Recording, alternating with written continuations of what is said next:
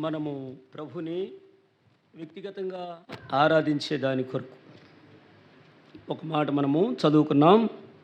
ఇప్పుడు అందరూ కూడా నాతో చెప్పండి. యెరూషలేము చుట్టూ పర్వతములున్నట్టు యెహోవా ఇది మొదలుకొని నిత్యము తన ప్రజల చుట్టూ ఉండును. ఎవరుంటారంట? చెప్పాలి మరి. ఎవరుంటారు? ఎవరి చుట్టూ? ఇప్పుడు తన ప్రజలు ఎవరు? ఆదివారం ఆరాధనకు రాని వాళ్ళు, లేటుగా వచ్చేవాళ్ళు, సంఘ కూడికి రాని వాళ్ళు. 5వ తారీఖు వచ్చి ఉంటారు బాగా. 5వ తారీఖు మంచి ప్రేమ విందు ఉంటుంది కాబట్టి, బయట నుంచి సేవకులు వస్తారు, జోసఫ్ అన్న వస్తాడు కాబట్టి. మొన్న 5వ తారీఖు మాత్రం బాగా వచ్చారు. ఇక 5వ తారీఖు వచ్చారు కాబట్టి ఆదివారం రావక్కర్లేదు కదా. 5వ తారీఖు వచ్చిన ఆదివారం రావాలా? చాలామంది ఇదే ప్రశ్న. మొన్నగా జరిగింది, భారీ ఎత్తున మీటింగ్ పెట్టారు, మళ్ళీ ఆదివారం అంటారు, ఆరాధన అంటారు, మీటింగ్ అంటారు, ప్రార్థన అంటారు, ఉపవాస కూడిక అంటారు, సిస్టర్స్ మీటింగ్ అంటారు, సండే స్కూల్ అంటారు, యూత్ మీటింగ్ అంటారు, సువార్త అంటారు. ఏంటి వీళ్ళకేమి పని? పని ఇంకో మాట ఉందని పక్కన, పని పాట ఏమీ లేదా వీళ్ళకి. ఎంతసేపు అవును ఇదే పని ఇదే పాట. ఇంకేముంది? ప్రేమ్ సింగ్ ఏమైనా పని ఉందా? ప్రేమ్ సింగ్ ఏమైనా ఉద్యోగం చేస్తున్నాడా? ఏమైనా రహస్యంగా ఏమైనా చేస్తున్నాడా? సెక్రటరీలో ఉద్యోగం ఇచ్చారా? ఏం లేదుగా. ఇదే పని, ఇదే పాట, ఇదే ఆట, ఇదే శ్వాస, ఇదే ధ్యాస, ఇదే అన్నీ, ఇదే ఆహారం, ఇదే పానీయం. కాబట్టి ఇలా ఉంటే మనం ఏమవుతామంటే ఆయన ప్రజలం అవుతాం. కాబట్టి దేవుడైన యెహోవా ఎవరి చుట్టూ, లేకపోతే ఎవరి దగ్గర, ఎవరి మధ్యన, ఎవరిలో ఉంటాడు అంటే ఆయన ప్రజలు. ఎవరైన ప్రజలు అంటే ఆయన్ని ప్రేమించేవారు. కూడా ఆయన ప్రేమించేవారు ఆయన కట్టడలను, ఆయన ఆజ్ఞలను, ఆయన వాక్యమును, ఆయన ధర్మశాస్త్రమును, ఆయన వాగ్దానములను చేపట్టి వాటి ప్రకారం అనుసరించి నడుచుకొని జీవించేవారు ఆయన ప్రజలై ఉన్నారు. కాబట్టి ఆ ప్రజల పక్షముగా దేవుడు ఏం చేస్తూ ఉంటాడంటే కాపుదల ఇచ్చేవాడు. అందుకని అక్కడ ఒక మాట మనం చదువుకుంటాము. చెప్పండి. ఇది మొదలుకొని ఏంటంట? ఇది మొదలుకొని అంటే చెప్పండి. ఇదంటే ఎప్పటి నుంచి? 2024వ సంవత్సరం జనవరి నెల మొదటి వారం, మొదటి రోజు, మొదటి గంట, మొదటి నిమిషం, మొదటి సెకను. అంతేనా? మొదటి సెకను, మొదటి నిమిషం, మొదటి గంట, మొదటి రోజు, మొదటి వారం, మొదటి నెల, మొదటి సంవత్సరం. అంటే సంవత్సరంలో ఎన్ని ఉన్నాయి? 7 భాగాలు ఉన్నాయి. 7 భాగాలలో నుంచి దేవుడు నిన్నేం చేస్తాడంట? నీ చుట్టూ ఆవరించి ఉంటాడు. ఎలా ఆవరించి ఉంటాడు అంటే భౌతికంగా యెరూషలేము చుట్టూ పర్వతాలు ఉన్నట్లు. యెరూషలేము చుట్టూ ఏమున్నాయి? ఎవరు చూశారు? వెళ్ళారు ఎవరైనా? సంఘం ఎవరు వెళ్ళలేదా? వచ్చే సంవత్సరం ప్రేమ్ సింగ్ తీసుకెళ్ళాలి మరి. ప్రేమ్ సింగ్ యెరూషలేముకి అందరినీ తీసుకెళ్తే ఇప్పుడు వీళ్ళందరూ అంటారు మేమే నిజమేనన్నా, మేము కూడా చూసే మమ్మల్ని ప్రేమ్ సింగ్ తీసుకెళ్ళాడని చెప్తారు. మరి ప్రేమ్ సింగ్ తీసుకెళ్ళకపోతే ఎట్లా తెలుసు మీకు యెరూషలేములో పర్వతాలు ఉన్నాయని? కాబట్టి వచ్చే సంవత్సరం తలో ₹1,00,000 ప్రేమ్ సింగ్ ఇవ్వడం తీసుకెళ్తాడు. తలో ₹1,00,000 ఇస్తే మిగిలి ఏమైనా పడితే వాడు వేసుకుని తీసుకెళ్తాడు. అది ఎదురుగానే క్యాలెండర్ మీద ఉందంట. కాబట్టి యెరూషలేము చుట్టూ ఏమున్నాయంటే పర్వతాలు ఉన్నాయి. అప్పుడు మన చుట్టూ కూడా ఉన్నాయి. అంటే ఇక్కడ మందడంలో లేవులే కానీ ఉండవల్లి, పెనమాక, తాడేపల్లి, విజయవాడ చుట్టూ ఏమున్నాయి? పర్వతాలు. అయితే మీకు కొంత ఒక సమాచారం అని చెప్పి ముందుకెళ్తాం. టైం ఎంత అయింది? 12. పర్వతాలు అంటే కొండలు అంటే వేరు. కొండలు వేరు, పర్వతాలు వేరు. చెప్పండి. చదువుకున్న వాళ్ళు తెలిసిలే. చాలామంది పెద్దవాళ్ళు ఉన్నారు, చదువుకోలేని వాడు ఉన్నారు కాబట్టి నేను చెప్తున్నా. కొండలు అంటే ఏంటంటే మన చుట్టూ ఉండే కొండలు, మన చుట్టూ ఉండేవి కొండలు. విజయవాడ, తాడేపల్లిలో ఉండేవన్నీ కొండలే. వాటికి పేర్లు పెట్టుకున్నారు. ఒక ఆమెకేమో దుర్గమ్మ కొండ, ఒక ఆమెకు మరియమ్మ కొండ, ఒక్కొక్క ఆయనకి ఇంకొక కొండ, రకరకాల పేర్లు పెట్టుకున్నారు. మనకు తెలుసు కొండల పేర్లు పెట్టుకున్నారు. ఇవన్నీ కొండలన్నీ ఏంటంటే ఎత్తుగా, మరీ ఎత్తుగా ఉండకుండా ఒకే స్థలములో ఉండేటువంటి వాటిని కొండలు అంటారు. విజయవాడలో కొండలు. పర్వతాలు అట్లా కాదు, పర్వతాలు అట్లా ఉండవు, చాలా ఎత్తుగా ఉంటాయి, మనం ఎక్కలేనంత ఎత్తుగా ఉంటాయి. తర్వాత పర్వతాలు అంటే ఏంటంటే ఒక ఊళ్ళోనో ఒక ప్రాంతంలోనో ఉండవు, అవి కొన్ని దేశాలు పొడవుగా ఉంటాయి అన్నమాట. ఇప్పుడు మీకు చదువుకున్న వాళ్ళు తెలుసు కదా, మన దేశానికి ఉత్తరాన ఉన్నటువంటి పర్వతాలు ఏంటి? చదువుకున్న వాళ్ళు చెప్పండి. హిమాలయ పర్వతాలు. హిమము అంటే మంచు, హిమము అంటే మంచుతో కప్పబడిన పర్వతాలు. వాటిని పర్వతాలు అని ఎందుకన్నారు అంటే అవి ఒక మన దేశమే కాదు, మనకి ఇటువైపు భారతదేశం, అటుపైన టిబెట్టు, అటువైపున చైనా, ఇటు నేపాలు, ఇంకా అటు చాలా దేశాలు ఉన్నాయి, పాకిస్తాను, ఎలాగూ అనేక దేశాలకు విస్తరించి ఉంటాయి.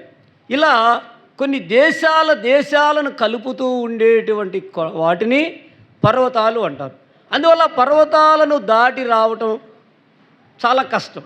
ఆ పర్వతాలు అనేటువంటివి ఏంటయ్యా అంటే, పర్వతాలు ఏమి సూచిస్తున్నాయి అంటే అవి స్థిరత్వమును కలిగి ఉంటాయి, కదలవు. పర్వతాలు కదులుతాయా? కదలవు. అంటే స్థిరత్వం అంటే గట్టిగా కదల్చబడకుండా ఉండేటువంటి భౌతికమైన ఒక రాతితో చేయబడినటువంటి సృష్టించబడినవి. అందువల్ల అవి ఎంతగా ఆ పర్వతాలు గట్టిగా ఉంటాయంటే, మన దేశానికైతే అటువైపు హిమాలయ పర్వతాలకు అటువైపున రష్యా దేశం అవతల ఇంకా చైనా, రష్యా, అటుపైన సైబీరియా అనేటువంటి దీవులలో నుంచి, ఐలాండ్లో నుంచి చల్లని గాలులు వస్తాయి. ఆ గాలులు మనం తట్టుకోలేం, అసలు మామూలుగానే చలికాలం మనం తట్టుకోలేం హిమాలయ పర్వతాలకు పోతే. అలాంటి చల్లని గాలిని రానియకుండా మన దేశానికి హిమాలయ పర్వతాలు ఒక కోటగోడలాగా ఉండి మన దేశాన్ని కాపాడుతున్నాయి. ఆ చల్లని గాలికి మన ఎముకలు కొరికేసినంత చలి వస్తుంది అనమాట, మనం గడ్డగట్టిపోతాం. అలాంటి తీక్షణమైన చలి ప్రాంతాన్ని మరి చలిని రానియకుండా కాపాడేటువంటివి పర్వతాలు. అలా పర్వతాలు ఎలా గట్టిగా స్టెబిలిటీగా మరి కాపాడబడుతూ వస్తున్నాయో, అలాగే దేవుడు కూడా యెరూషలేము చుట్టూ పర్వతాలు అలా ఉన్నాయి, అలాగ దేవుడు కూడా వారిని కాపాడుతున్నాడు. ఇప్పుడు మీకు ఒక మాట చెప్తా, యెరూషలేము చుట్టూ పర్వతాలు ఉన్నాయి, జాగ్రత్తగా గమనించండి. యెరూషలేము చుట్టూ ఏమున్నాయి? పర్వతాలు ఉన్నాయి. యెరూషలేము చుట్టూ పర్వతాలు ఉన్నప్పుడు, చాలా ఎత్తైన పర్వతాలు అయినప్పుడు, మరి ఆ ఎత్తైన పర్వతాలలో ఉన్నటువంటి ఇశ్రాయేలీలు సురక్షితంగా, క్షేమముగా, సంతోషంగా ఉండొచ్చు కదా, కానీ లేరు. చుట్టూ పర్వతాలు ఉన్నప్పటికీ కూడా చుట్టూ శత్రువులు కూడా ఉన్నారు.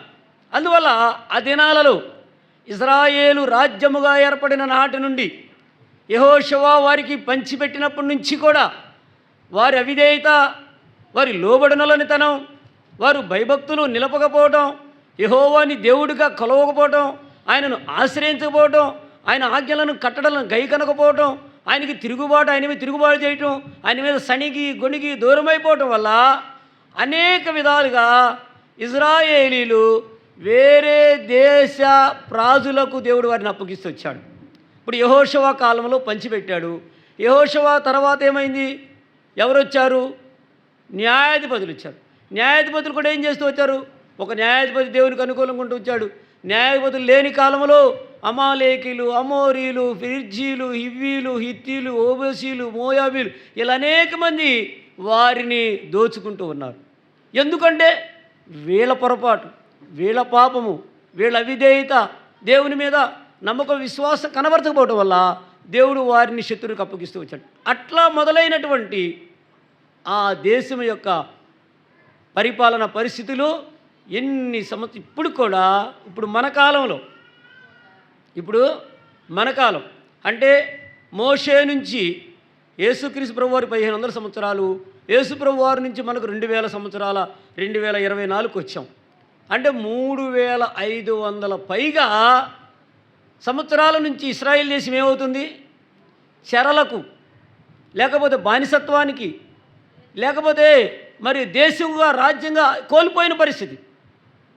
అంటే చుట్టూ పర్వతాలు ఉన్న శత్రువులు కూడా అంతకు మించి ఉంటూ వచ్చారు. అందువల్ల యెరూషలేము చుట్టూ ఉన్న పర్వతాలు యెరూషలేము వాసుల్ని కాపాడలేకపోయినాయి. యెరూషలేము ప్రజలకు నెమ్మది, సమాధానము, సంతోషము, శాంతి, ఆశీర్వాదాన్ని ఇవ్వలేకపోయినాయి. చుట్టూ ఉన్న పర్వతాలు ఎత్తైన పర్వతాలే, కానీ ఆ పర్వతాల వల్ల ఇశ్రాయేలీయుల ప్రజలకు ఆశీర్వాదము రాలేదు, దీవెన రాలేదు, మేలు రాలేదు. మరి ఎవరి వలన, ఎవరి ద్వారా వారికి ఆశీర్వాదం వస్తుంది? అక్కడ రెండో మాట చూడండి, ఏమన్నాడు? యెరూషలేము చుట్టూ పర్వతములు ఉన్నట్లు. పర్వతాలు ఉన్నాయి, కానీ దానివల్ల వారికి ఏమీ ప్రయోజనము కలగలేదు. మరి ఎవరి వల్ల కలుగుతుంది అంటే ఆ మాట ఏమంటాడు? చదవండి. యెహోవా ఇది మొదలుకొని నిత్యము తన ప్రజల చుట్టూ ఉండు. కాబట్టి ప్రియులరా, మనకు పర్వతాలు లేకపోవచ్చు, కొండలు లేకపోవచ్చు, కానీ మనకు ఎవరుంటే చాలు? దేవుడు మనతో ఉంటే, ఆయన మనకు తోడుగా ఉంటే పర్వతాలు అక్కర్లా, కొండలు అక్కర్లా, గుట్టలు అక్కర్లా, పొలాలు అక్కర్లా, ఏమీ అక్కర్లా. ఎవరు ఉండాలి మనకి? దేవుడు ఒకడుంటే చాలు. కానీ లోకం ఏం చేస్తుందంటే చాలా వ్యతిరేకంగా ఉంటాం. నువ్వు దూరంగా ఉండాయా, మాకు ఇవి కావాలి, మాకేం కావాలి? మాకు పొలం కావాలి, స్థలం కావాలి, ఇల్లు కావాలి, బంగ్లా కావాలి, కారు కావాలి, లేదా ఫ్లాట్ కావాలి, పర్వతాలు కావాలి, కొండలు కావాలి, ఇవి కోరుకుంటాం మనిషి. మానవుని యొక్క నైజం ఇది. అయితే దేవుడున్న ప్రజలకు ఏ మేలు కొదువా ఉండదు. కాబట్టి దేవుడుంటే మన జీవితాలకు ఆశీర్వాదం, కానీ కొండలు గుట్టలు ఉంటే మన జీవితానికి ఆశీర్వాదము కానే కాదు. అందుకేమంటాడంటే యెహోవా ఆశీర్వాదము ఐశ్వర్యమునిచ్చును, నరుల రెక్కల కష్టము చేత వారు ఆశీర్వదించబడలేరు, ఐశ్వర్యవంతులు కాలేరు. కాబట్టి ఎవరు మనల్ని ఆశీర్వదిస్తారు? ఎవరి వల్ల మనం ఐశ్వర్యవంతులం లేదా గొప్పవారం, దీవించబడిన వారు అవుతామంటే యెహోవా ఆశీర్వదించాలి. యెహోవా ఆశీర్వదిస్తే మనం చాలా గొప్పవాడు అవుతాం. సారేపతిలో ఉన్నటువంటి వెధవరాలు ఇంట్లో ఆ బుడ్డిలో కొంచెం నూనె, కొంచెం పిండే ఉంది. కానీ ఏలియా వెళ్ళినప్పుడు ఆమె, అయ్యా మా దగ్గర ఏమీ లేదు, ఈ పూటకు మాత్రమే కొంచెం రొట్టె చేసుకోవడానికి పిండే, కొంచెం నూనె ఉంది, నేను ఈ పుల్లలు ఏరుకుని వెళ్ళి నేను ఆ రొట్టె చేసుకుని నేను నా కొడుకు తిని చనిపోవాలనుకుంటున్నాం, ఇక మా దగ్గర ఏమీ లేదని చెప్తే ఆయన ఏమన్నాడు దైవజనుడు? ఆ కొంచెంలోనే మొదట చేసిన అప్పం తీసుకొచ్చి నాకు ఇవ్వు అన్నాడు. ఆమె విశ్వాసంతో చక్కగా ఆ చిన్న రొట్టె మొక్క చేసి ఆయనకి ఇచ్చింది. ఇప్పుడు ఆయన ఏం చేశాడు? దైవజనుడు ఏం చేశాడు? ప్రార్థన చేశాడు. ప్రార్థన చేయడం వల్ల ఏం జరిగింది చెప్పండి? 3.5 సంవత్సరాల కరువు కాలంలో ఆ కుండలో ఉన్నటువంటి నూనె అయిపోలేదు, ఆ పాత్రలో ఉన్న పిండి అయిపోలా. యెహోవా ఆశీర్వాదము చేత పోషించబడ్డారా, లేదా వాడు సొంతంగా పోషించబడ్డారా? కాబట్టి దేవుడు మనతో ఉంటే మనకి ఈ లోకములో ఏమీ లేకపోయినా పర్వాలేదు, ఆయన ఆశీర్వదిస్తే చాలు, ఆయన మన తోడుకుంటే మనకు చాలు. అందుకో పాట పడదు, దేవుడు మనకు ఎల్లప్పుడు తోడు, మనకు ఎల్లప్పుడు తోడుగను నాడు, తోడుగను నాడు. చాలు. ఎప్పుడంట దేవుడు ఎప్పుడున్నాడు? ఎల్లప్పుడూ, నిత్యము, నిరంతరము ఆయన మనతో ఉండేటువంటి దేవుడు. దేవుడు ఎలాంటి వాడంటే నిన్ను విడిచిపెట్టేవాడు కాడు. నీవు అట్లా మళ్ళీ మేము చెప్పే వాక్యాన్ని మీరు అపార్థం చేసుకుంటారు. నీ మందిరానికి రాకపోయినా, నువ్వు ప్రార్థన రాకపోయినా, నువ్వు బైబిల్ చదవకపోయినా, ప్రార్థన చేయకపోయినా నేను దేవుడు ప్రేమిస్తూనే ఉంటాడు. ఇప్పుడు మీరేమనుకుంటారంటే సర్లే రాబోయిన దేవుడు దీవిస్తాడు, ప్రేమిస్తాడు అంటాడు కదా, రాకపోతే పర్వాలేదేమని అనుకుంటారు. వచ్చిన చిక్కల్లా మీది అంతేనే, మీరు రెండో రకం అర్థం తీసుకుంటారు. కాబట్టి దేవుడు ఎలాంటి వాడు అంటే ఒకసారి వాగ్దానం చేశాడంటే దానిని నెరవేర్చకుండా ఉండడు. కాబట్టి దేవుడు చాలా ప్రేమ కలిగిన వాడు. నిజం చెప్తున్నాను ప్రియులారా, దేవుడిని మనము కనుక అర్థం చేసుకుంటే, జాగ్రత్త, పిల్లలు మాట్లాడియొద్దు. పిల్లలు మాట్లాడుతున్నారు, ఆరాధన వర్తమానంలో పంపిస్తాం అయిపోయినాక సండే స్కూల్. జాగ్రత్త వినండి. దేవుడిని మనము హృదయపూర్వకంగా అర్థం చేసుకోగలిగితే, దేవుడిని హృదయపూర్వకంగా మనం అర్థం చేసుకోగలిగితే అసలు దేవుడిని సేవించకుండా ఒక క్షణం కూడా ఉండలేమంట. దావీదు మహారాజు అదే చేస్తూ వచ్చాడు. ఆయన పూర్తిగా దేవుడిని అర్థం చేసుకున్నాడు. ఆయన అర్థం చేసుకున్నట్లుగా ఎవరు అర్థం చేసుకోవాలి? అలాగ అర్థం చేసుకోగలిగినటువంటి జ్ఞానం దేవుడు ఆయనకి ఇచ్చాడు. నిజంగా ప్రియులారా, దేవుడు ఎంత గొప్ప సృష్టికర్త అనేటువంటి దేవుడు సృష్టించాడు. ఈ సమస్త సృష్టిలో ఆయన ఉన్నాడు. ఈ సృష్టి ఆయనది. నిన్ను నన్ను ఆయన సృష్టించాడు. అసలు ఇవన్నీ మీకు అర్థం కావు. మనము తల్లి గర్భములో పిండముగా రూపింపబడక మునిపే ఒక చిన్న డ్రాప్, ఒక చిన్న బొట్టు తల్లి గర్భంలో పడితే ఆ తల్లి గర్భం ధరించిందని నెల రోజుల్లాగా తెలియదాం ఆ తల్లికి. అది ఒక భక్తుడు ఏం చెప్తాడంటే, ఒక చిన్న గీత లాంటిది, ఒక గీత, ఒక పెన్ను పెన్సిల్ పెట్టిన ఒక గీత గీస్తే ఎంత సన్నగా ఉంటుందో అంత సన్నగా, అంత చిన్న బొట్టు లాంటిది తల్లి గర్భంలో పడితే నెల రోజులకి ఆమె ప్రెగ్నెంట్ అని తెలుస్తుంది. ఎలా తెలుస్తుంది? ఆమెకి వామిటింగ్స్ అవుతాయి. వాంతులు అయితే అప్పుడు డాక్టర్ దగ్గరికి పోతే చెప్తారు. అంటే ఒక తల్లి గర్భములో ఒక చిన్న గీతలాగా, ఒక చిన్న డ్రాపులాగా నిన్ను నన్ను పెట్టి ఆ దేవుడు ఇంత మనుషులు చేశాడు. 139 కీర్తనలు చెప్తాడు కదా, నీవే నా సృష్టికర్త, నీవే నన్ను నిర్మించావు, నన్ను నిర్మించిన రీతి చూడగా నాకు భయమును ఆశ్చర్యమును కలుగుతున్నది. నిజంగా మనల్ని ఎలా సృష్టించాడు ఆ దేవుడు? అన్ని రకాలుగా చేశాడు. కానీ మనం ఎవరు అంటే చాలామందికి తెలియట్లా. ఆయన స్వరూపములో మనం ఉన్నాం, ఆయన ఆకారంలో మనం ఉన్నాం, ఆయన పోలికలో మనం ఉన్నాం, ఆయన ప్రాణం మనలో ఉంది, ఆయన ఆత్మ మనలో ఉంది, ఆయన పోలికలు మనలో ఉన్నాయి, ఆయన గుణలక్షణాలు మనలో ఉన్నాయి. అసలు ఎంత గొప్ప సంగతి అండి. ఈ భూమి మీద ఇన్ని కోట్ల మంది జనం ఉన్నారు, ఒక్కలాంటి మనిషి ఇంకొక మనిషి లేడు. ఒక తల్లికి తండ్రికి పుట్టిన బిడ్డలు 4 రకాలుగా ఉంటారు. అందరికి అవే కళ్ళు, అందరికి అవే ముక్కు, అవే చెవులు, అవే కాళ్ళు, అన్నీ అవయవాలు. కానీ ఒక్క రకంగా ఉండరు. అసలు నిజంగా ఆ సృష్టికర్త యొక్క సృష్టిని మనము అర్థం చేసుకోలేం. ఆయన మన చేతిలో రేఖలు పెట్టాడు. ఈ ఒక్క తంబు ప్రతిదానికి ఇప్పుడు ఏలుముద్ర వేస్తున్నాం. ఒక ఏలుముద్ర ప్రపంచంలో ఏ ఒక్క వేలుముద్రతో కలవదు. తెలుసా మీకు? ఎలా సృష్టించాడు ఇన్ని వేలుముద్రలు? ఆ మాట ఉంది చూడండి, మీకు చూపిస్తా. 30 ఎక్కడది?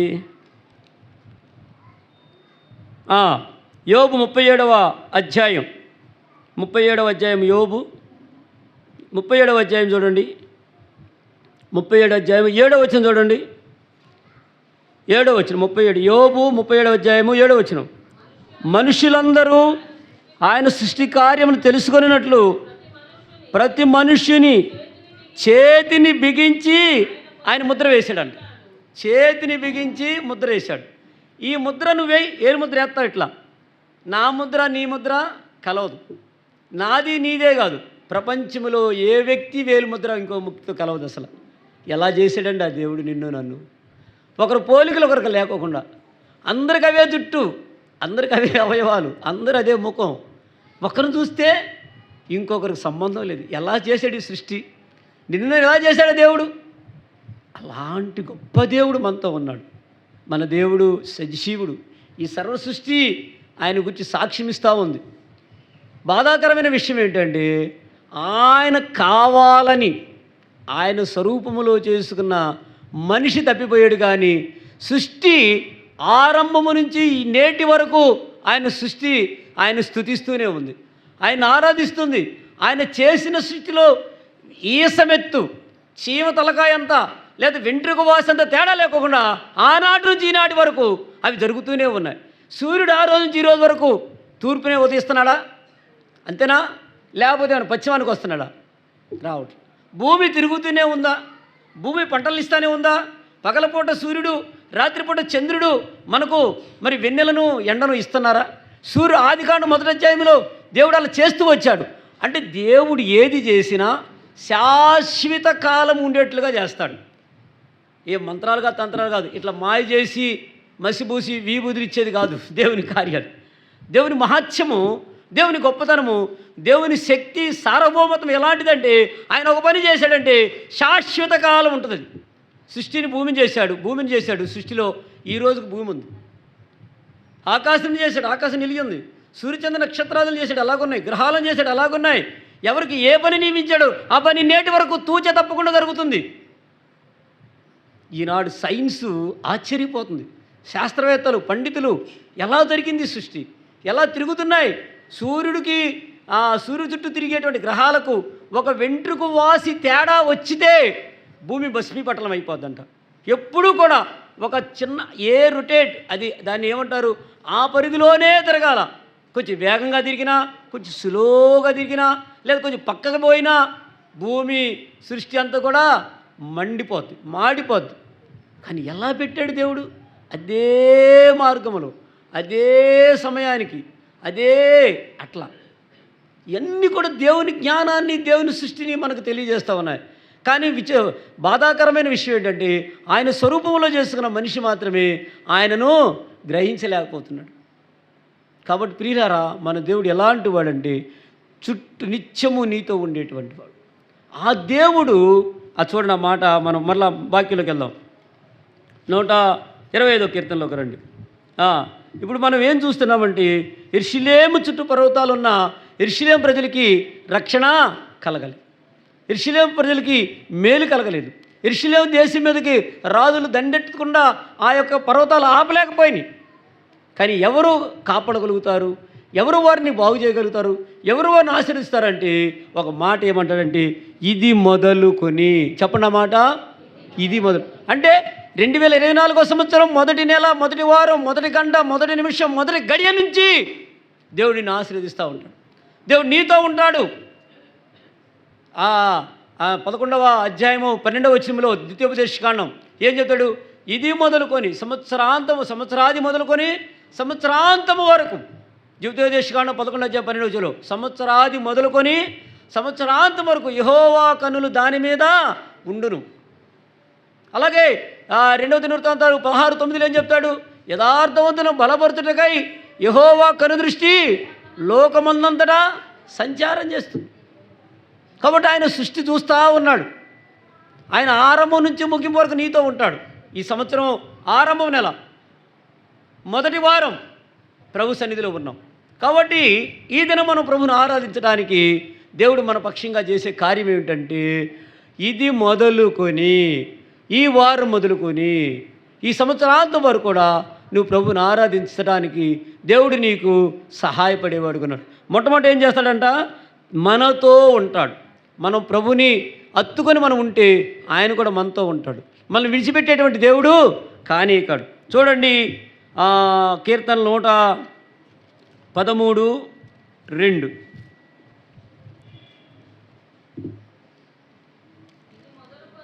ఇది మొదలుకొని ఎల్లకాలము యెహోవా నామం ఏం చేయబడినంట? సన్నుతించబడునుగాక. అంటే ఏంటి?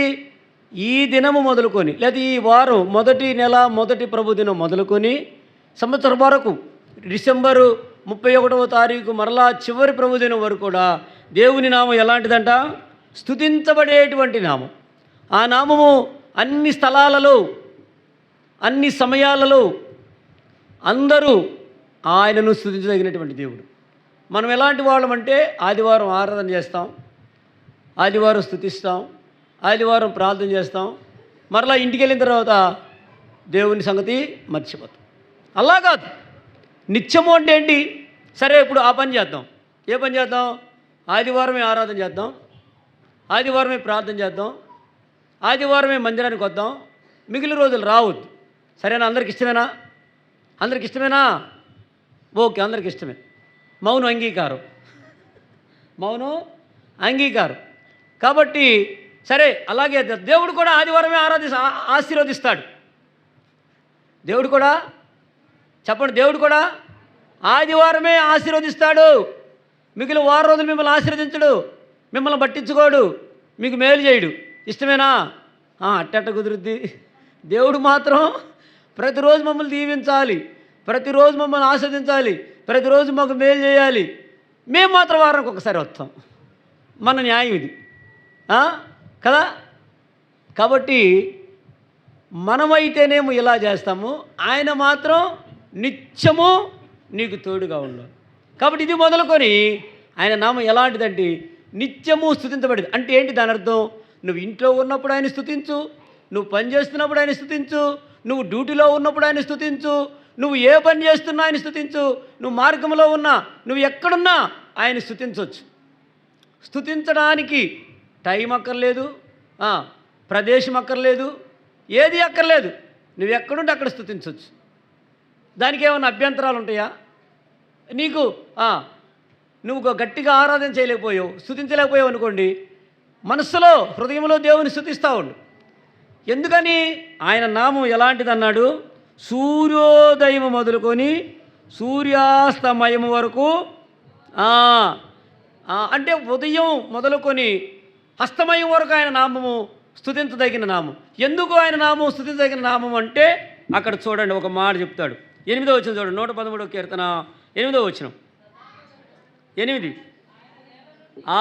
ఆయన నేల నుండి దరిద్రం లేవనెత్తువాడు, పెంటకుప్ప మీద నుండి బీదలను పైకెత్తువాడు. ఇప్పుడు మనల్ని అందరినీ కూడా దేవుడు ఏం చేస్తూ వచ్చాడంటే, మనం ఎక్కడున్నామంటే ఒకప్పుడు మన స్థితి, మనము దరిద్రులము, దీనులము, బీదలము, పెంటకుప్పల మీద ఉన్నటువంటి వారు. మన స్థితి ఏంటి చెప్పండి? మనం ఎలాంటి వారము? నేలనున్న దరిద్రులం, బీదలము, పెంటకుప్ప మీద ఉన్నవారు. ఈ 3 లక్షణాలు మనకున్నాయి. కానీ ఇప్పుడు ఆయన ఏం చేస్తూ వచ్చాడు? ఎందుకు మనం ఆయన స్తుతిస్తూ ఉన్నాము? ఎందుకు సూర్యోదయం మొదలుకొని సూర్యాస్తమయం వరకు ఆయన స్తుతించాలి అంటే ఇది కారణం. ఏ కారణం లేకోకుండా మనం దేవుని స్తుతించమని చెప్పలేము, స్తుతించం కూడా. దేవుడు నాకేం మేలు చేశాడు, నన్నేం ఆశీర్వదించాడు, నాకేమన్నా చేశాడా నేను ఆయన స్తుతించడానికి, ఆయన మందిరానికి వెళ్ళడానికి, నాకేం చేయలేదుగా అని అనుకుంటాం.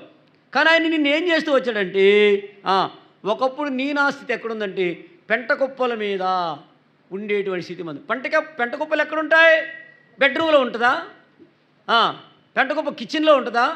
ఎక్కడుంటుంది పెంటకుప్ప? ఊరికి దూరముగా వెలపట బయట, ఎవరు కూడా దానిని తొంగి చూడనటువంటి స్థితి. దానికి విలువలేని స్థలం, అది విసర్జించబడినటువంటి స్థలం, దానికి గౌరవ మర్యాదలు లేనటువంటి స్థలం. అలాంటి స్థలంలో ఉన్నటువంటి వారు మనం ఒకప్పుడు, మన స్థితి అది. కానీ ఆ స్థితిలోంచి దేవుడు ఏం చేశాడంట? లేవనెత్తి 7వ వచనం చదువు. ఇప్పుడు ప్రధానులతోనూ తన ప్రజల ప్రధానులతోనూ వారిని, అది ఇప్పుడు ఎక్కడా? ప్రధానులు ఎవరు? దేశ ప్రధాని కాదు, రాష్ట్ర ముఖ్యమంత్రి కాదు, దేవుని ప్రజలనేటువంటి ప్రధానులతో, దేవుని ఆరాధించేటువంటి ప్రజలతో, దేవుడు నివసించే మందిరంలో దేవునితో సావాసం చేసేటువంటి ప్రజలతో నిన్ను అక్కడి నుంచి తీసుకొచ్చి ఇక్కడ పెట్టాడు. ఇది నీ ధన్యత, ఇది నీ ఆశీర్వాదం, ఇది నీ మేలు. ఈ మేలు చేసిన దేవుని ఏం చేయాలంట? సూర్యోదయం మొదలుకొని సూర్యాస్తమయం వరకు నువ్వు ఆయనని స్తుతించాలి. స్తుతిస్తే దేవుడు ఇది మొదలుకొని ఆయన నామం స్తుతించబడును గాక అనేది నీ జీవితంలో నెరవేరుతుంది. నువ్వు అలా చేయలేదనుకో, నీ విషయంలో ఇది మొదలుకొని అనేటువంటిది నీకు నెరవేరదు. కాబట్టి ఇది మొదలుకొని దేవుడు నిన్ను ఆశీర్వదిస్తాడు, నిన్ను దీవిస్తాడు, నీకు మేలు చేస్తాడు. కాబట్టి నువ్వు కూడా ఏం చేయాలి? ఇది మొదలుకొని నువ్వు ఆయన్ని స్తుతించాలి. ఎందుకు స్తుతించాలి అంటే మన స్థితి ఒకప్పుడు పేదవారం, దేవుడు లేని వారం, పెంటకుప్పల మీద ఉన్నటువంటి వారము, దరిద్రులం. అలాంటి స్థితిలో నుంచి దేవుడే తన ప్రజలతో నివసించేటువంటి స్థలాన్ని నేను తీసుకొచ్చాడు. కాబట్టి ఇది మొదటి సంగతి. అందువల్ల మనం ప్రభుని ఆరాధన చేయవలసిన వారుగా ఉన్నాం.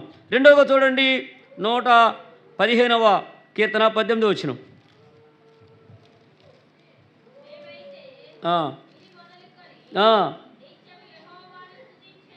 ఇప్పుడు రెండోసారి స్తుతించడం అని చెప్తున్నాడు. ఎందుకు ఇది మొదలుకొని మన ప్రభుని స్తుతించాలి అని అంటే అక్కడ ఒక మాట చెప్తా చూడండి, 13వ వచనం.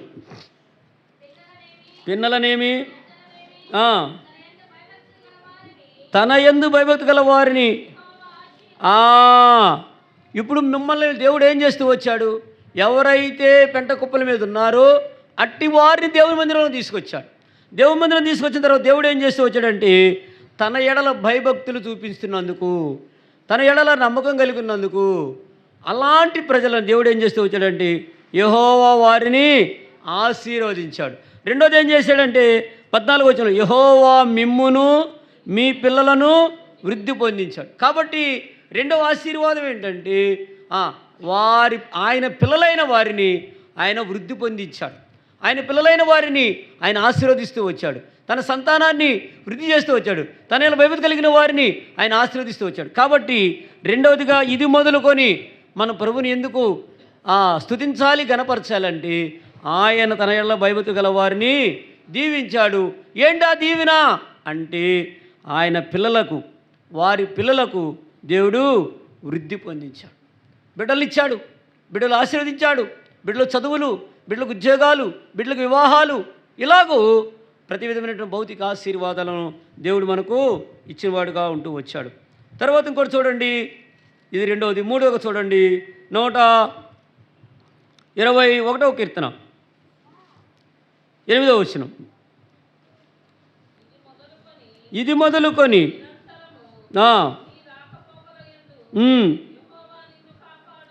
మూడో ఇది మొదలుకొని, మొదట ఇది మొదలుకొని మనం ప్రభుని ఆరాధించడానికి కారణం ఏంటంటే పెంట కుప్పల మీద నుంచి మనం తీసుకొచ్చి దేవుని మందిరంలో పెట్టాడు, దేవుని బిడ్డలు చేసుకున్నాడు. మొదటి కారణం. రెండో కారణం ఏంటి? తన మందిరంలోకి వచ్చిన తన ప్రజల పక్షంగా వారికి సంతానం ఇచ్చి ఆ బిడ్డలను ఆశీర్వదించి అభివృద్ధి పరుస్తూ వచ్చాడు. ఇది రెండవ కారణం. మూడవ కారణం ఏంటయ్యా అంటే మనం చూస్తున్నప్పుడు 121వ కీర్తన 8వ వచనం, ఇది మొదలుకొని నీ రాకపోకలేదు యెహోవా నిన్ను కాపాడు. ఏం చేస్తూ వచ్చాడు? 2023వ సంవత్సరంలో ఎన్నోసార్లు ఎన్నో ప్రమాదములు, ప్రయాణాలలో ఎన్ని రకాల ప్రమాదాలు జరుగుతున్నాయో మనందరికీ తెలుసు. చాలామంది రోడ్ల మీద మరణించిన వారికి ఉన్నారు. చాలామంది రోడ్ల మీద కాళ్ళు చేతులు విరిగి మరి అవిటివారు అయిపోయిన వారికి ఉన్నారు. ఇది వరకు చాలా తక్కువ ప్రమాదాలు జరిగాయి. ఈ ట్రైసైకిల్స్ అంటారు, 3 చక్రాల బళ్ళు. అలాంటి బళ్ళు పూర్వం ఎక్కడో 1, 2 ఉండేవి. ఇప్పుడు చూడండి చాలా చోట్ల మరి అవిటి వాళ్ళు అయిపోయి 3 చక్రాల బళ్ళు మనం సిటీలో చూస్తూ ఉన్నాం. కారణం ఏంటి? ప్రమాదాలు అనుకోకుండా జరగటం వల్ల, యాక్సిడెంట్స్. స్పీడ్గా వెళ్ళిపోతున్నారు. ఏదో మూల మీద స్పీడ్ బ్రేకరు లేదా ఎదురుగుండానో ఏదో బ్రేక్ ఫెయిల్ అవుద్ది, తప్పన 2 బళ్ళు కలిసిపోతాయి, ఆ వేగంలో కొట్టుకుంటాయి, బళ్ళు పగిలిపోతాయి, మనుషులు గాయాలవుతారు, పళ్ళు ఊడతాయి, కళ్ళు పోతాయి, కాళ్ళు పోతాయి, చేతులు ఇరిగిపోతాయి, కొంతమంది ప్రాణాలు కూడా, ఎంతోమంది. కాబట్టి ప్రియులరా, దేవుడు ఇది మొదలుకొని ఈ సంవత్సరం 2024వ సంవత్సరం మొదటి దినం మొదలుకొని లేక మొదటి ప్రభు దినం మొదలుకొని ప్రభు మనల్ని ఏం చేస్తున్నాడంట? మన రాకపోకలు యందు ఏం చేస్తున్నాడు? కాపాడు. పోయిన సంవత్సరం అంతా కాపాడాడా లేదా? మేము ఎక్కడ బయటికి వెళ్ళామని మేము బళ్ళేసి తిరుగుతున్నామని మీరు అనుకోవచ్చు. చక్కోళ్ళు ఆడపిల్లలు అనుకోవచ్చు మేము బళ్ళేసుకు వెళ్ళట్లేదు కానీ, నువ్వు బళ్ళేసిపోవచ్చు. బస్సులో వెళ్ళలేదా? కారులో పోలేదా? ట్రైన్లో పోలేదా? ఏమన్నా బళ్ళ మీద వెళ్ళే వాళ్ళకి ప్రమాదాలు కానీ కారుల్లో, బస్సుల్లో, బళ్ళల్లో పోయే వాళ్ళకి లేదని ఏమైనా ఉందా? ప్రమాదం అనేది ఎవరో చెప్పలేదు. ఎవరు అతీతులం కాదు. నువ్వు ఏ వాహనం మీద పోయినా ఏ ప్రమాదం ఎక్కడి నుంచి ముంచుకొస్తుందో మనకి తెలియదు. కాబట్టి అలాంటి ప్రమాదాల్లో నుంచి చిక్కుకున్నప్పుడు కూడా దేవుడి చెంత ఉపాయంగా తప్పించి నేడున్నట్టుగా మనల్ని కూడా సజీవులుగా భూమి మీద ఉంచాడు. కాబట్టి ఇది మొదలుకొని ప్రభువును మనం స్తుతించడానికి మూడవ కారణం ఏమిటంటే గత సంవత్సరం అంతా కాపాడాడు, ఈ సంవత్సరం కూడా ఇది మొదలుకొని మన రాకపోకల్లో దేవుడు మనలను కాపాడుతాడు. కాబట్టి దేన్ని మన ప్రభు స్తుతించాలి. 4వది చూద్దాం రండి. 131వ కీర్తన 3 చూడండి. 137వ కీర్తన 3వ వచనం, ఇశ్రాయేలు ఇది మొదలుకొని నిత్యము. ఇప్పుడు ఎవరి మీద ఆశ పెట్టుకోవాలి? ఇది మొదలుకొని ఈ సంవత్సరంలో నువ్వు ఎవరి మీద ఆశ పెట్టుకోవాలి? ఎవరు నీకు సహాయం చేస్తారని నువ్వు నమ్మిక కలిగి ఉండాలి? ఎవరి మీద నువ్వు విశ్వాసం ఉంచాలి, ఎవరి మీద నిరీక్షణ ఉంచాలంటే యెహోవా మీదనే ఆశ పెట్టుకో.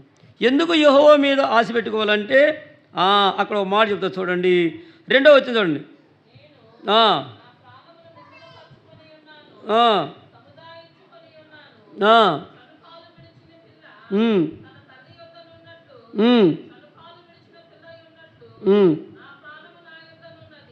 ఇప్పుడు ఏం చేశాడంట? నీ ప్రాణం ఎక్కడుంది? ఇప్పుడు నీ ప్రాణం ఎక్కడుంది? నీ యొద్దే ఉంది. అంటే ఏం పోలేదు నీ ప్రాణం? గోతిలోకి పోలా, మట్టిలోకి పోలా, సమాధిలోకి పోలా. నీ ప్రాణం ఇంకా ఎక్కడుంచాడు? నీలోనే ఉంచాడు. అంటే నిన్నేం చేస్తూ వచ్చాడు? ఏం చేశాడు? బ్రతికి సజీవులుగా ఉంచాడు. సజీవులుగా ఉన్నామా, మృతులై ఉన్నామా? సజీవులైన వాళ్ళు చెప్పండి. సజీవులుగా ఉన్నామా, మృతులుగా ఉన్నామా? అందరూ చెప్తే సజీవులుగా ఉన్నట్టేది, కొంతమంది చెప్పట్లా. అందరూ చెప్పండి. మనం ఇప్పుడు సజీవులమా, మృతులమా? బతికామా, చచ్చున్నామా? బయట ఉన్నామా, మట్టిలో ఉన్నామా? సమాధిలో పెట్టారా, భూమి మీద ఉన్నామా? పెట్టిలో పెట్టారా, బయట ఉన్నామా? ఎక్కడున్నాం? బయటే ఉన్నాం. ఇంకా నీ ప్రాణం నీలో ఉంచాడు.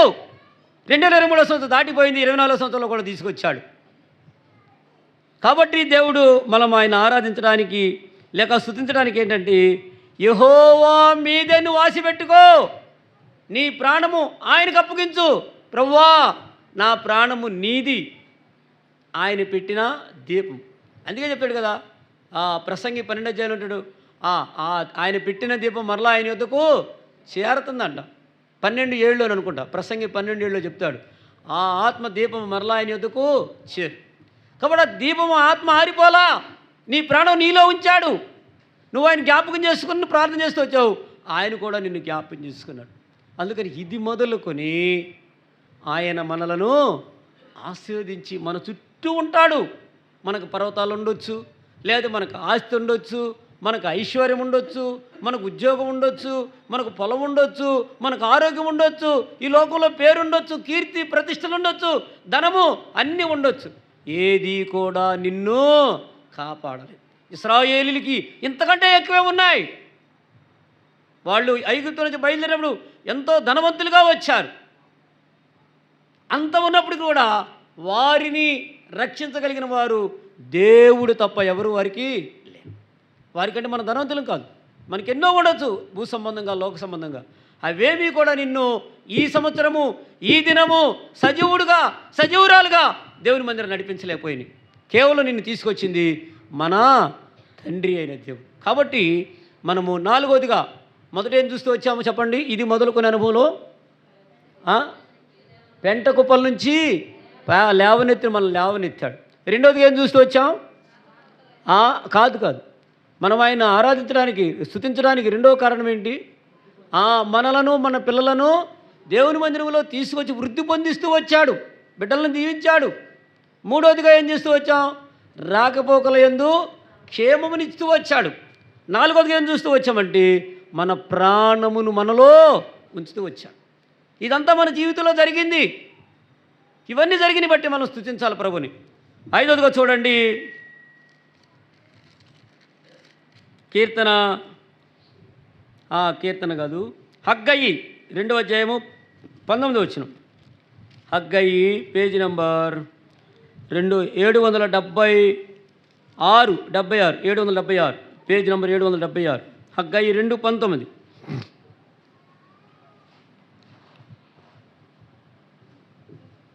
776వ పేజీ పాత నిబంధనలో హగ్గయి 2వ అధ్యాయం 19వ వచనం. కొట్లలో ధాన్యమున్నదా? ద్రాక్ష చెట్లైనను, అంజరు చెట్లైనను, దానిమ్మ చెట్లైనను, ఒలీవ చెట్లైనను ఫలింకపోయిన కదా. అయితే ఇది మొదలుకొని ఇప్పుడు 5వదిగా మనం ప్రభు ఆశీర్వదించడానికి లేదా మనం ప్రభుని స్తుతించడానికి కారణం ఏంటంటే, గత కాలం నీ పంట, నీ పొలం, చీడ పీడ పురుగులు, ప్రకృతి వైపరీత్యాలు, తుఫానులు, గాలి, వర్షం, దుమ్ము ఇవన్నీ వచ్చి నీ పంట పండకపోవచ్చు.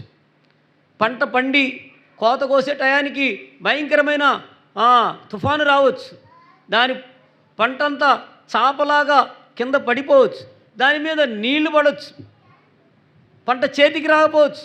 6 కాలం కష్టపడ్డావు, ఎంతో ఖర్చు పెట్టావు, మంచి పంట దిగుబడి వస్తుంది అనుకున్నావు. ఆ సమయంలోనే శత్రు కార్యం చేస్తూ వచ్చాడు. అయినప్పటికీ కూడా దేవుడు ఏమంటున్నాడు, నీకు పంట లేకపోయినా, నీ తోటలో పండులు పండకపోయినా, నీ పొలంలో పంట లేకపోయినా, నీకేమీ లేకపోయినా, ఇది మొదలుకొని నేను నిన్ను ఆశీర్వదిస్తాను. అంటే ఇప్పుడు ఏంటి? 5వ ఆశీర్వాదం ఏంటి? నీ రెక్కల కష్టాన్ని దేవుడు ఆశీర్వదిస్తాడు. నీ రెక్కల కష్టం, నువ్వు దేనైతే నమ్ముకొని పగలంతా ఎండకు ఎండి వర్షానికి తడిసి నువ్వు నీ కుటుంబాన్ని పోషించుకోవడానికి ఏదైతే కష్టపడి పనిచేస్తున్నావో, ఏ వృత్తి, ఏ ఉద్యోగం, ఏ పని నువ్వు చేస్తున్నావో, దానిలో దేవుడు నిన్ను ఏం చేస్తాడంట? ఇది మొదలుకొని ఆశీర్వదించే దేవుడుకున్నాడు. కాబట్టి నిన్ను ఆశీర్వదిస్తానికి దేవుడు ఇష్టపడుతున్నప్పుడు నువ్వు దేవుడిని స్తుతించకుండా ఎలా ఉంటావు? కాబట్టి ఇది మొదలుకొని మనం దేవుడు ఆశీర్వదిస్తాడు. కాబట్టి మనం ఏం చేయాలి? ఇది మొదలుకొని మనం కూడా ప్రభుని స్తుతించాలి. స్తుతించడం అలవాటు చేసుకోవాలి. మనం స్తుతించడం తెలియకపోవచ్చు. ఒకవేళ ఆదివారం నాడే స్తుతిస్తాం, సంఘముగా కూడుకుంటాం కాబట్టి ఆదివారం ఆరాధన చేయొచ్చు.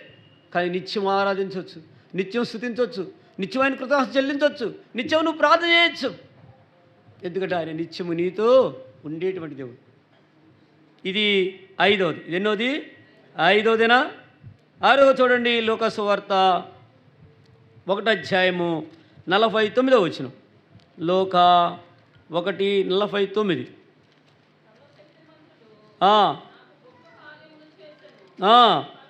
కనుక ఇది మొదలుకొని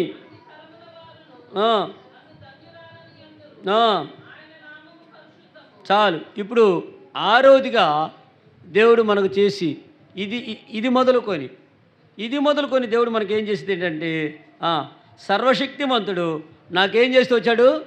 ఏ కార్యం అంట? గొప్ప కార్యము చేసెను. కాబట్టి నన్ను ప్రజలు ఏమంటారంట?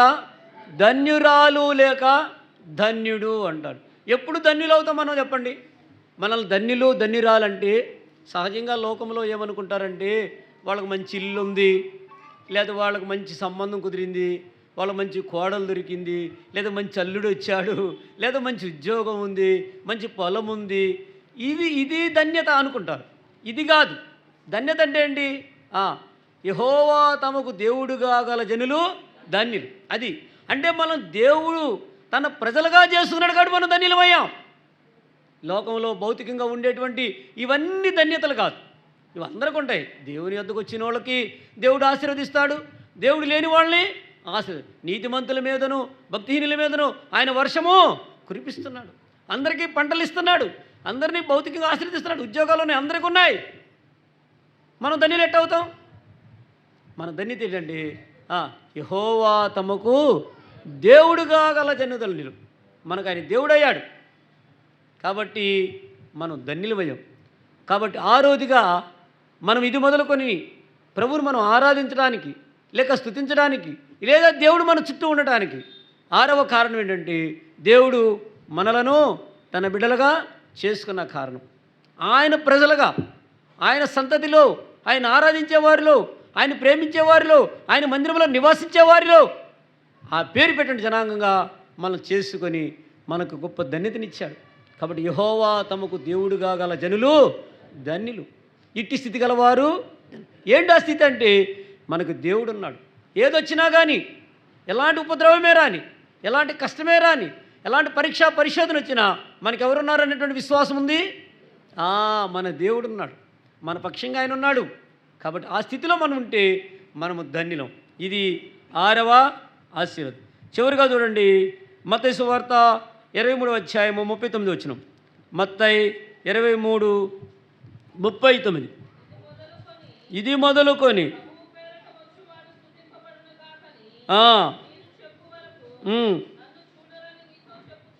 చాలు.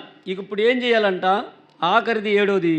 ఇది మొదలుకొని ప్రభు పేరట వచ్చువాడు స్తుతించబడునుగా, కానీ మీరు చెప్పు వరకు నన్ను చూడరని మీ. చివరిగా మనము ప్రభుని స్తుతించడానికి, లేకపోతే ఇది మొదలుకొని ప్రభుని మనం ఆరాధించడానికి చివరి కారణం ఏంటంటే, ఆయన పేరట వచ్చిన దేవుడు మనకున్నాడు. ఎవరైనా ఆయన పేరట వచ్చిన వారు ఎవరు? ఎవరు? మెస్సయ్య, క్రీస్తు, ప్రభువు, రాజు, రాజులకు రాజు, రాబోతున్నవాడు. మన కొరకు ఆయన వచ్చి ఇది మొదలుకొని ఆయన మన పక్షంగా వచ్చిన వాడుగా ఉన్నాడు. కాబట్టి 7వ ఆశీర్వాదం ఏంటంటే, మనకు ఒక రాజు, కుమారుడుగా, ప్రభువుగా, దేవుడుగా మనకు వచ్చిన వాడు ఆయన ఉన్నాడు. కాబట్టి ఆ ప్రభు వచ్చేవాడు స్తుతించబడును కాక. ఆ రాజు నీ కొరకు నా కొరకు ఎవరైతే వచ్చారో, నీ కొరకు నా కొరకు మన కొరకు ఎవరైతే ప్రాణం పెట్టారో, ఎవరైతే రక్తం కార్చారో, ఆ దేవుడిని ఇది మొదలుకొని మనం ఏం చేయాలి? స్తుతించాలి. ఇది మొదలుకొని గత కాలంలో నువ్వు స్తుతించావా? స్తుతించలేదా? ఆరాధించావా? ఆరాధించలేదా? దేవుని మందిరానికి వచ్చావా? రాలేదా? అయిపోయింది. కానీ ఇది మొదలుకొని ఈ 2024 సంవత్సరం మొదటి నెల మొదటి ప్రభుదినం మొదలుకొని సంవత్సరాంతం వరకు ప్రభు నువ్వు స్తుతించాలి. ఎందుకు స్తుతించాలి? ఎందుకు ఆరాధించాలి? ఎందుకు దేవుని మందిరానికి రావాలి అనంటే 7 కారణాలు చెప్తూ వచ్చి. కాబట్టి 7 రకాలుగా మనము ప్రభువుని స్తుతించి ఇది మొదలుకొని ఆయన సన్నిధిలో మనం ఉంటే, ఆయన కూడా ఇది మొదలుకొని మనలను ఆశీర్వదించి, దీవించి, హెచ్చించి, తన బిడ్డలుగా తన సొత్తుగా చేసుకొని తన రాజ్యమునకు మనలను హక్కుదారులుగా చేస్తాడు. కాబట్టి ఈ నూతన సంవత్సరంలో దేవుని మందిరాన్ని మనము గణపరచాల. అందుకంటే నెహెమ్యా చెప్తాడు, నెహెమ్యా 10లో చెప్తాడు కదా, మేము మా దేవుని మందిరాన్ని విడిచిపెట్టము. దేవుని మందిరాన్ని విడిచిపెట్టకూడదు, దేవుని సంఘాన్ని విడిచిపెట్టదు. సజీవమైన సంఘం, తన సరుకుని సంపాదించిన సంఘం, ఎవరైతే తన భయభక్తి కలిగిన వారు ఉంటారో అట్టి వారి దేవుడు వారి చుట్టూ కవచము వలె శత్రు దుర్భేద్యంగా, ఏ శత్రువు ఏ మీద ఏ రకంగా నీ మీద అటాక్ చేసినా నీకు ఆయన కాపుదల, ఆయన నీకు భద్రత, క్షేమము ఆయన నీతో ఉన్నప్పుడు ఈ లోక సంబంధంగా, ప్రకృతి సంబంధంగా, సాధారణ సంబంధంగా ఏదొచ్చినా నువ్వు భయపడవలసిన పని ఉండనే. కాబట్టి ఇట్టి స్థితి దేవుడు మనకిచ్చాడు. కాబట్టి ఇలాంటి గొప్ప దేవుడు ఈ లోక సంబంధమైనటువంటి వాటిని చూసి మనం ఆశించకుండా, లేకపోతే గర్వించకుండా, అతిశయించకుండా మన దేవుడిని బట్టి ఆయన మన చుట్టూ ఉంటాడు, మనతో ఉంటాడు, మనలో ఉంటాడు. అందుకే లోకములో ఉన్నవారు కంటే మనలో ఉన్నవాడు గొప్పవాడు. కాబట్టి ఆయన యందు మనం నా యందు మీరును, మీ యందు నా మాటలు అన్నాడు. కాబట్టి మనలో ఆయన మనలో ఉంటే ఆయన మాటలు మనలో ఉంటాయి. ఆయన యందు మనం మన యందు ఆయన కలిసి ఒక చెట్టు కొమ్మ వలె, ఒక చెట్టు ఆకు వలె, లేకపోతే ఆ ద్రాక్ష తీగల వలె మనం ఆశీర్వదించి ఫలించబడాలంటే మనము ఇది మొదలుకొని దేవునితోనే సహవాసం. అలాంటి స్థితిలో మనం ఉంటే ఇది మొదలుకొని ప్రభు మనలను ఆశీర్వదించేవాడుకున్నాడు. ఆ విధంగా దేవుడు మనం చేస్తూ వచ్చాడు. మొట్టమొదటి ఏం చూస్తూ వచ్చాము? మనము ఎక్కడున్నాం? పెంట కుప్పల మీద ఉన్న వారిని దేవుడు ఏం చేశాడు? దేవుని మనం తీసుకొచ్చాడు. రెండవదిగా అభివృద్ధి, బిడ్డలు ఇచ్చాడు, కుటుంబాలు ఇచ్చాడు, ఉద్యోగాలు ఇచ్చాడు, భౌతికమైన ఆశీర్వాదాలు ఎన్నో ఇచ్చాడు. మూడవదిగా రాకపోకలలో ఎంతో క్షేమం ఇస్తూ వచ్చాడు. నాలుగవదిగా అయ్యో నాకు వినపట్లా, చెప్పండి సరిగ్గా. మరి మీరు ఎలా ఆరాధన చేస్తారు? పోయిన సంవత్సరం ఆరాధన చేస్తారా? పోయిన సంవత్సరం ఆరాధన చేస్తే చేయని నేను. ఈ సంవత్సరం ఆరాధన చేయండి.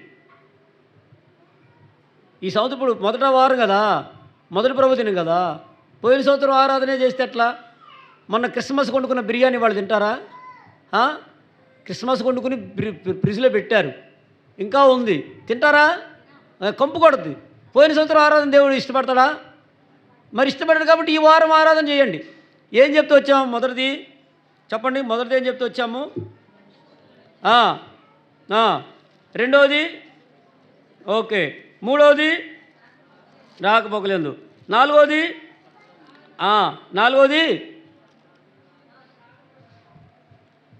వినపట్లే నాకు, చెప్పు. అందరూ చెప్పట్లేదు. నేను ఎందుకు అన్నిసార్లు అడిగాను అంటే మృతులుగా ఉన్నారా ఏంటని డౌట్ వచ్చింది. సజీవులుగా ఉన్నావా, మృతులుగా ఉన్నావా? మరి ఎక్కడుంది మన ప్రాణం? మనలో ఉంది. మనలో మన ప్రాణమును ఉంచాడు, అందుకు మనం స్తుతించాలి. అది నాలుగవది. ఐదవది ఆశీర్వదించాడు. ఎలాంటి ఆశీర్వాదం? అది మూడోది. ఐదోది ఏం చెప్తూ వచ్చాను? ఐదోది హగ్గయిలో చెప్తూ వచ్చాను. ఏంటి? పంటలు లేకపోయినా, పొలం పండకపోయినా, తుఫాను వచ్చి కొట్టుకుపోయినా ఈ సంవత్సరము ఇది మొదలుకొని దేవుడు ఆశీర్వదించబడుకున్నాడు. ఆ రోజు ఏం చెప్తూ వచ్చాను? లోక 1:49లో ఏం చెప్తూ వచ్చాను? అది ఆరోది. చివరిది ఏడవది మత్తయి 23:39. అలాంటి రాజు, ఆయన పేరట వచ్చేటువంటి రాజు ఉన్నాడు. కాబట్టి ఆయన మనం ఆరాధించాలి. ఎవరెవరినో ఆరాధించడం కాదు. వచ్చే నెలలో ఫిబ్రవరిలో గుండెలు పోయి అక్కడ ఉన్నామని ఆరాధించడం కాదు. లేదా ఇంకో కొండకో పోయి ఆరాధించడం కాదు. ఆయన పేరట వచ్చిన రాజు నీకున్నాడు.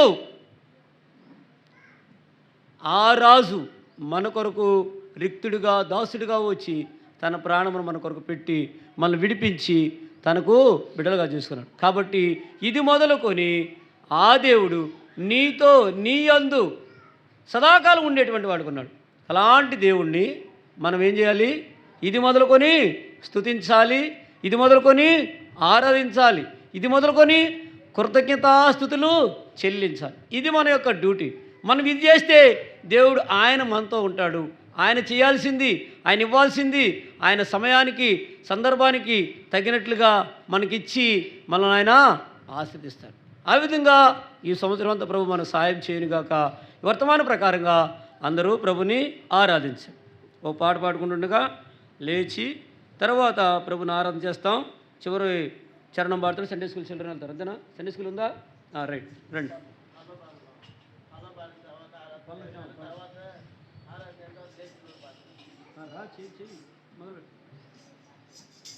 ఇది మొదలుకొని నిత్యమునే, ఇది మొదలుకొని నిత్యమునే, కాకపో కాలంలో నిన్ను కాపాడు, కాకపో కాలంలో నిన్ను కాపాడు.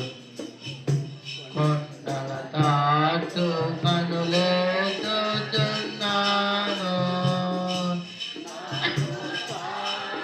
మెచ్చట నుండి వచ్చును, నాకు ఛాయ మెచ్చట నుండి వచ్చును. మరి మొట్టమొదటిగా సండే స్కూల్ టీచర్స్ ఆరాధన చేస్తారు, గమనించండి. సండే స్కూల్ టీచర్స్ ఆరాధన చేసిన తర్వాత ఓ సహోదరుడు, ఓ సహోదరి క్లుప్తంగా దేవుణ్ణి ఆరాధించండి.